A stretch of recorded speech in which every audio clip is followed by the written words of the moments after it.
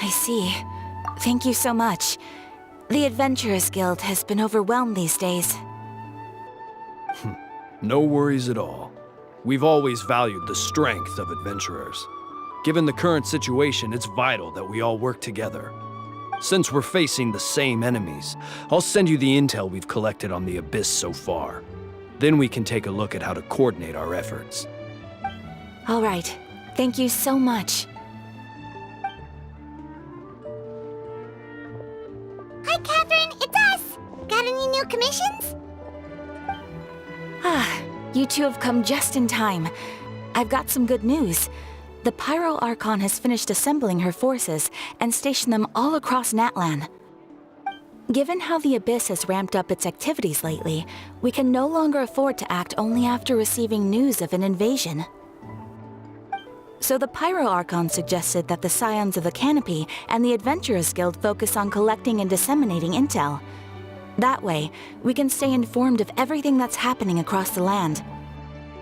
Once we receive word of enemy activity, we can notify the nearest camp and the stationed forces can take immediate action. Yes, precisely.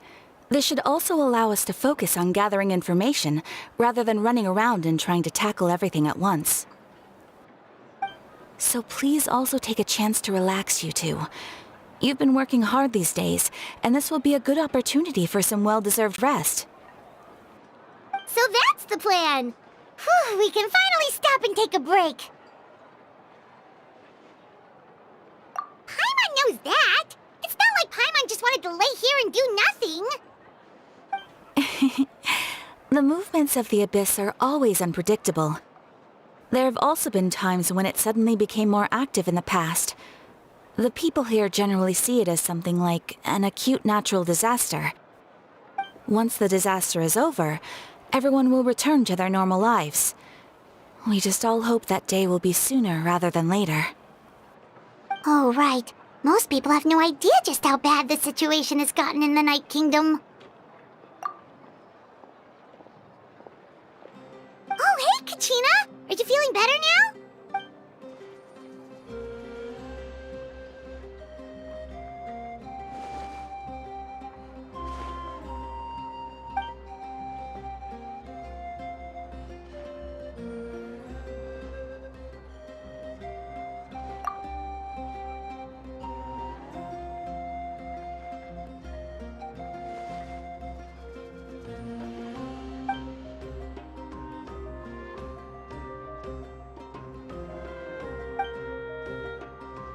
Wow! So we'll finally get to meet Shilonen, the legendary forger of ancient names!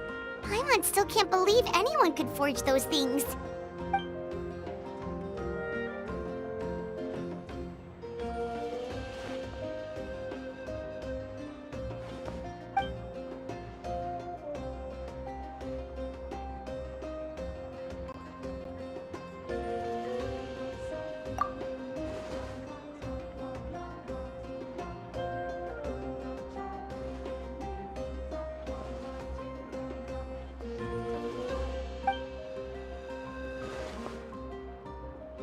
Hey, have some confidence in yourself, Kachina. After all, you're already a victor of the Night Warden Wars.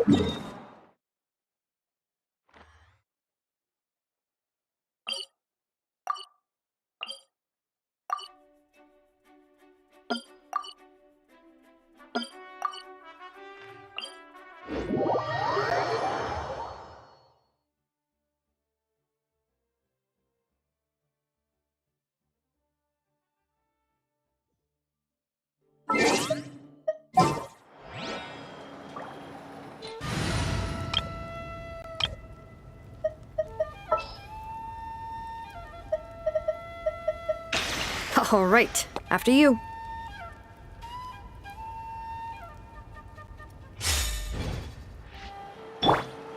Bring it!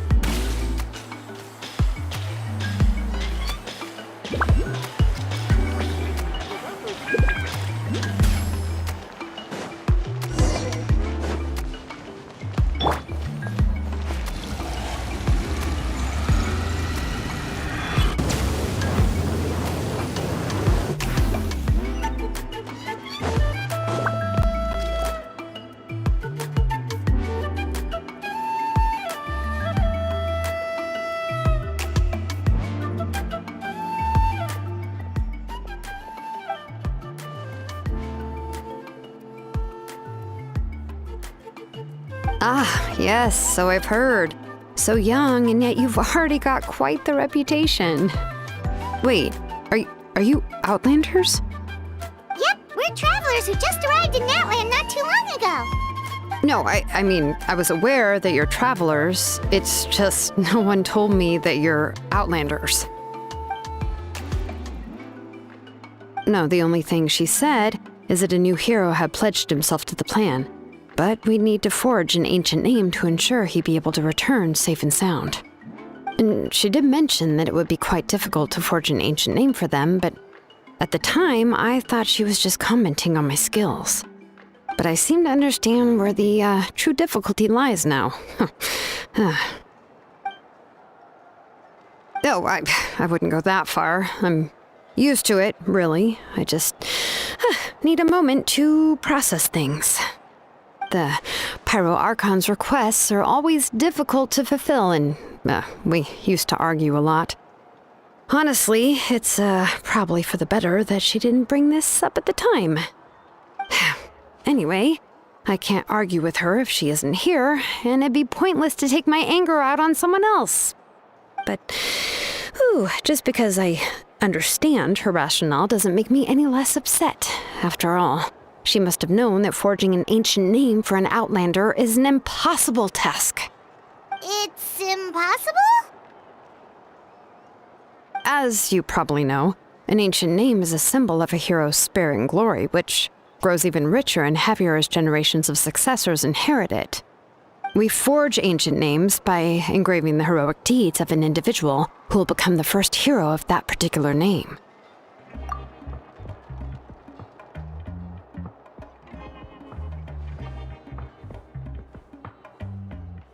But they were all performed outside of Natlan, correct? Yeah, that's right.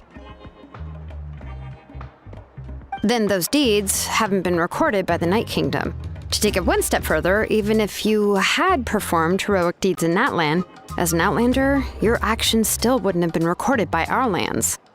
Only memories and experiences that have been acknowledged by the Wyab can be used as a basis for an ancient name. Even the greatest of craftsmen cannot create something out of thin air, you know. That's just how it is.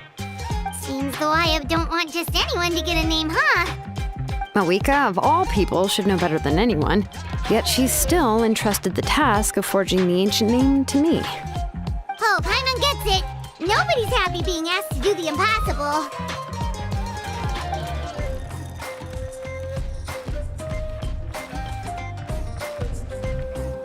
Ugh, don't remind me. Let's just focus on how we can pull this off. How to achieve the impossible. You mean you're already willing to accept the task? Well, what else can I do? What's happened is already done, and it's not like I can outright defy the order of my Archon. If she gave me this order, then she believes the ancient name is an indispensable part of her plan, and that I'll be able to find a way to make it happen. In other words, the order is an affirmation of my abilities. Whoa, not only has she accepted the task, but now she's looking for silver linings?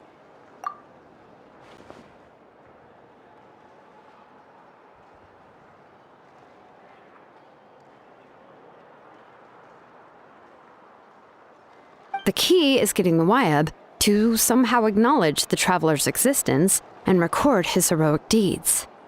We heard the voice of a Wyab when we were in the Night Kingdom before. We even had a whole conversation with her.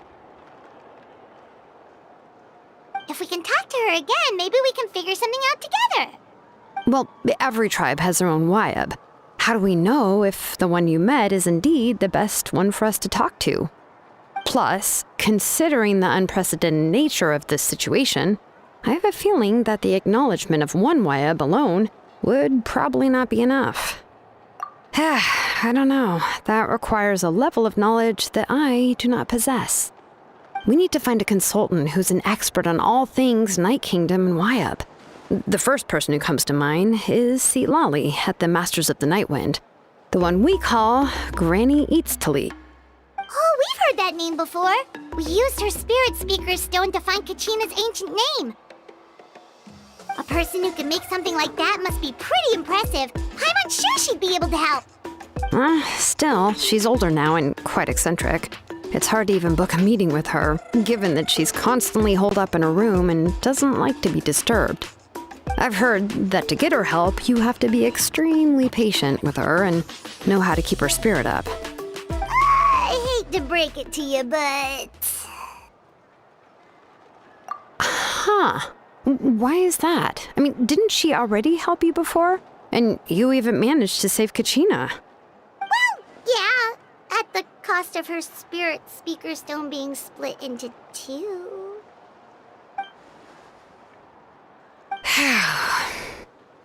Great going, Moeka. We're already off to a rocky start here. In that case, I guess your only option is to try to emphasize that this is an important order from the Pyro Archon. Hopefully, Lali would still want to show respect to the Archon. I'll also write you a letter on your behalf. If you can find someone to deliver it and mention some good things about you, then that should help too.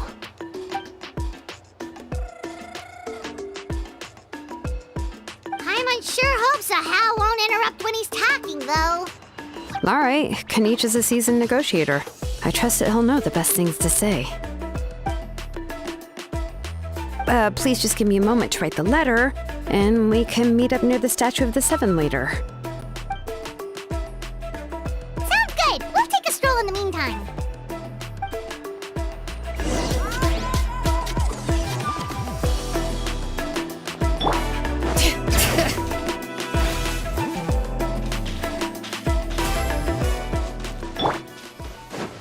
All right.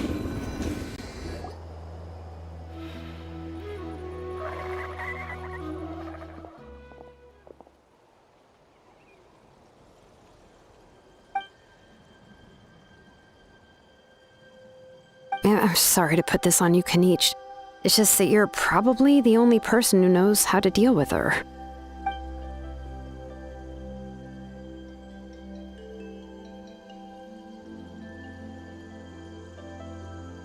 Oh, wait, so Kachina and the Traveler also know about the plan?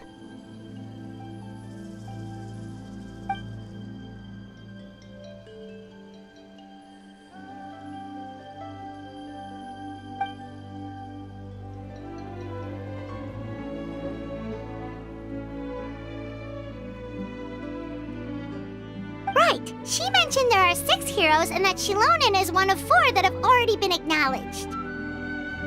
Oh, well, then I suppose there's no need to keep any secrets between us. Having companions walk by your side is perhaps the best solace when facing such a bleak reality.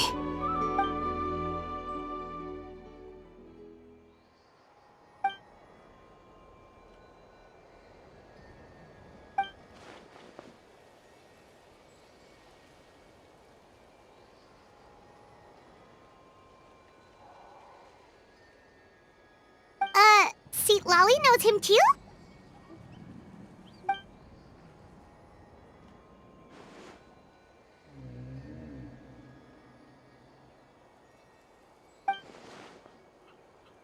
Given how the Masters of the Nightwind love to babble about dreams and revelations, they're already a pretty strange bunch to most. I've never met Auroran, but if they consider him the odd one, he's got to be pretty far out there.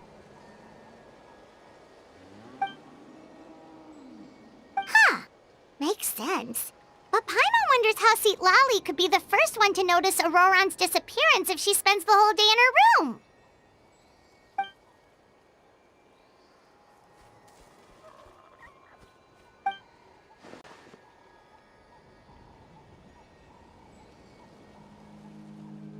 Oh, so if I'm following, you mean we'll help her investigate Roron and the captain's whereabouts?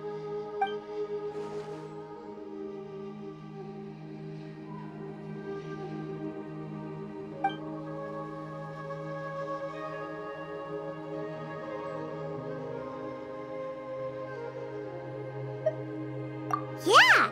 Plus, we kinda owe her one anyway to make up for breaking the spirit speakers down.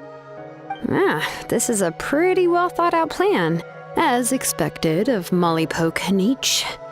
Then, yeah, I'll leave my letter to you.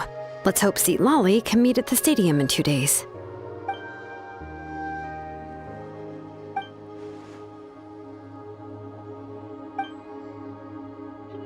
Okay, then let's part ways for now. I'll see you in a couple of days.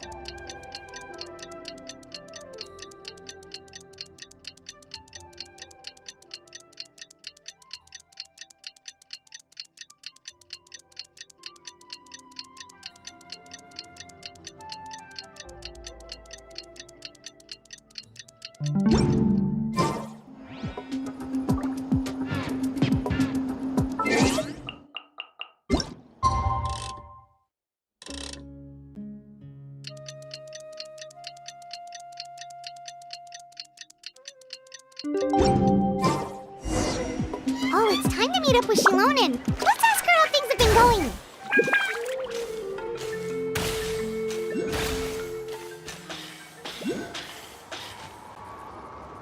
Hey, Shilonen, how's everything going?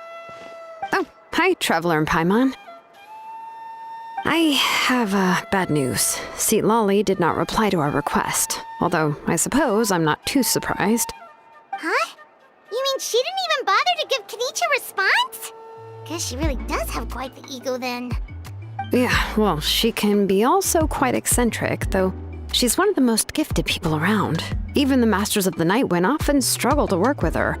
My guess is that she probably has other reasons for not deigning us with a response. But let's go to the stadium and see if we can meet her there.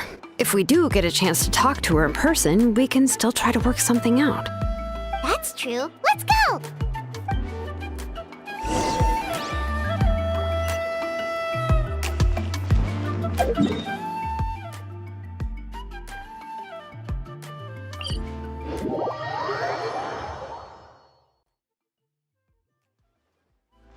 Bring it!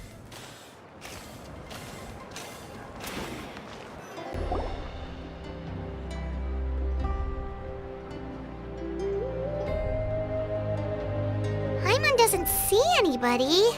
Seems she's just not gonna show up, huh?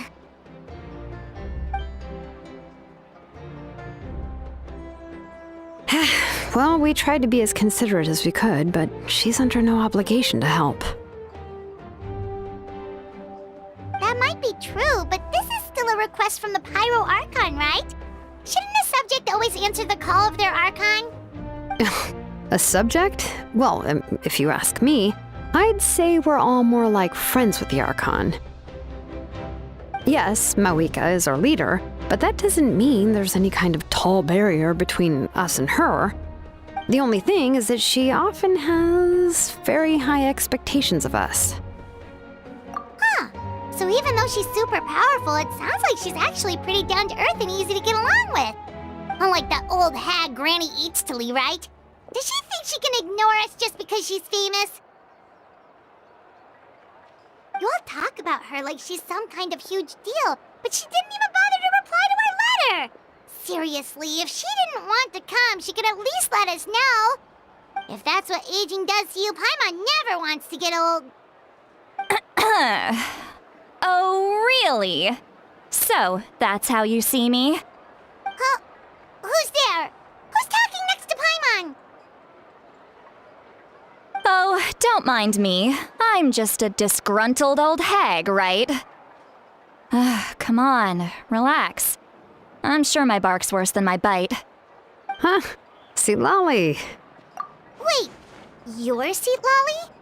You're Granny Eatsley? Yes, Granny Eatsley. But emphasis on Eatsley, not Granny. You must know this trope from light novels, surely. They use it all the time. The young man who's actually the oldest person in the room. The girl next door who turns out to be a seasoned veteran. The wise sage who looks like a little kid. Oh, wipe that look off your face!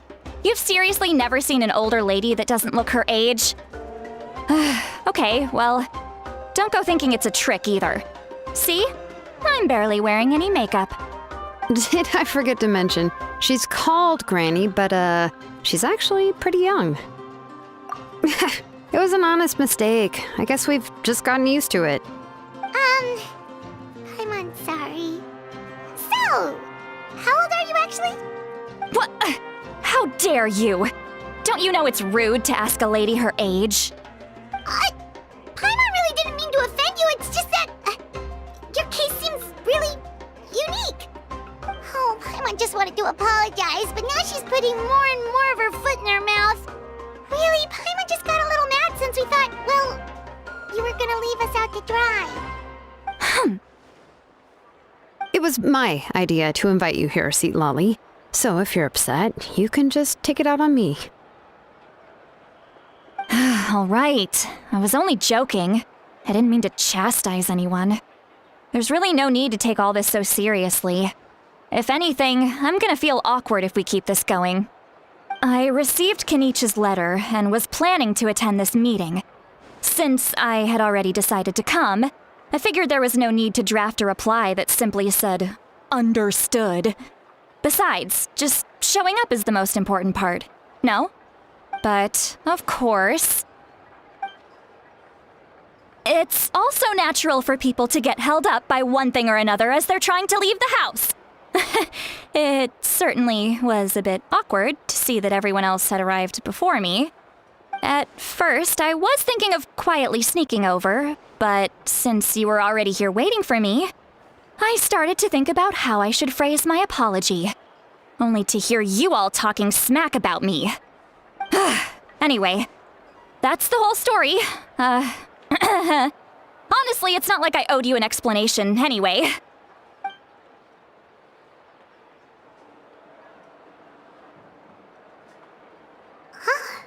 What's with that expression? Was she feeling embarrassed just now?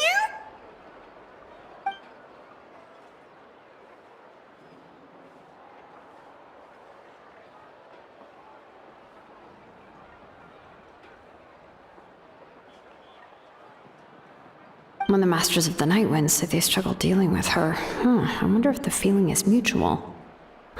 She seems to be pretty awkward herself. Everything she does and says seems a little forced.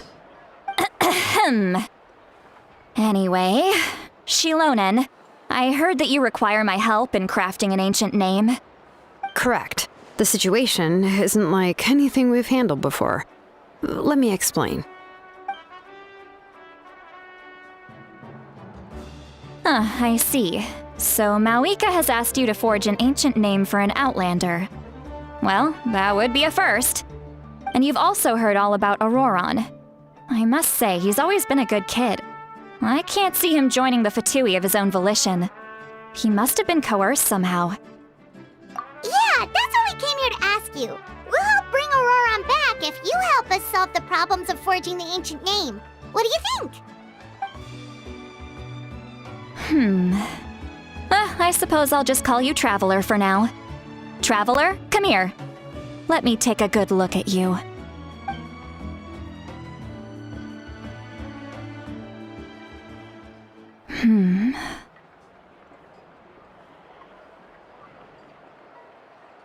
Wealth leads to unending conflicts between people.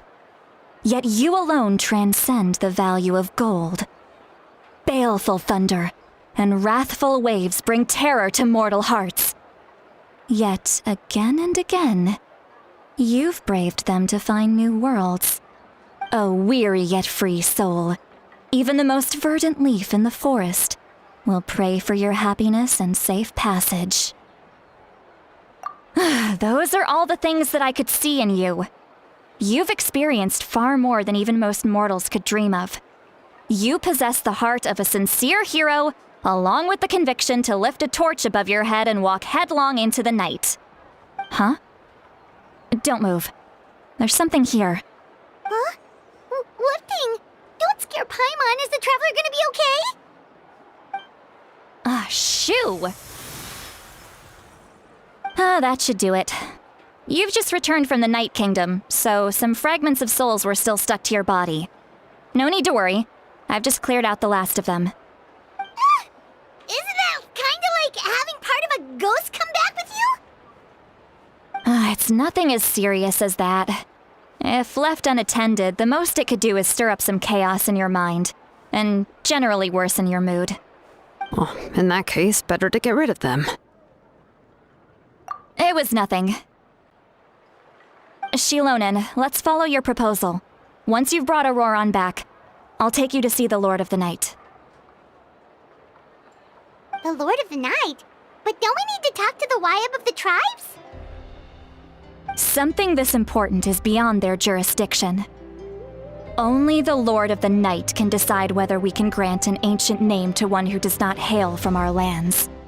The Lord of the Night is an ancient entity that rules over the entire Night Kingdom, constantly borrowing the power of the sacred flame to combat corrosion from the abyss.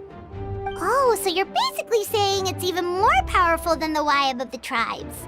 Well, that sort of makes sense, being the lord of the entire Night Kingdom and all. Not exactly. It's not so much that one's more powerful than the other. But never mind. That's not important. It would take too much time to explain. Just listen carefully to what I'm about to tell you. The Lord of the Night is currently in a deep slumber, and we can only communicate with its consciousness while in a trance. In other words, in a dream. But I will need to prepare a few more things if we are to hold a ceremony to achieve the state of the trance. I'll make a list. Can any of you get everything for me? I can go. It'll probably be a long list, so better leave it to someone who knows all the local vendors. Sounds good. Then we'll go with St. Lolly to track down Auroron. Phew, the Fatui are nothing to scoff at, so please, be careful during your investigation. If you need any help, just come find me. Yep, we'll be sure to play it safe.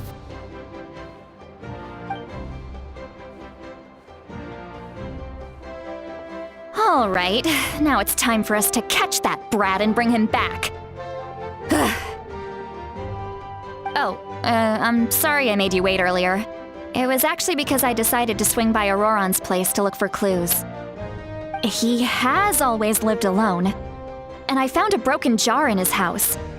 There was also something off about his phlogiston aphids, which I assume is because their keeper has been gone for quite some time. And interestingly enough, I saw some slash marks in the house that did not match any of our local weapons. My guess is they were left by Snezhnayan arms. Oh, sounds like the Fatui broke into his house and took him hostage.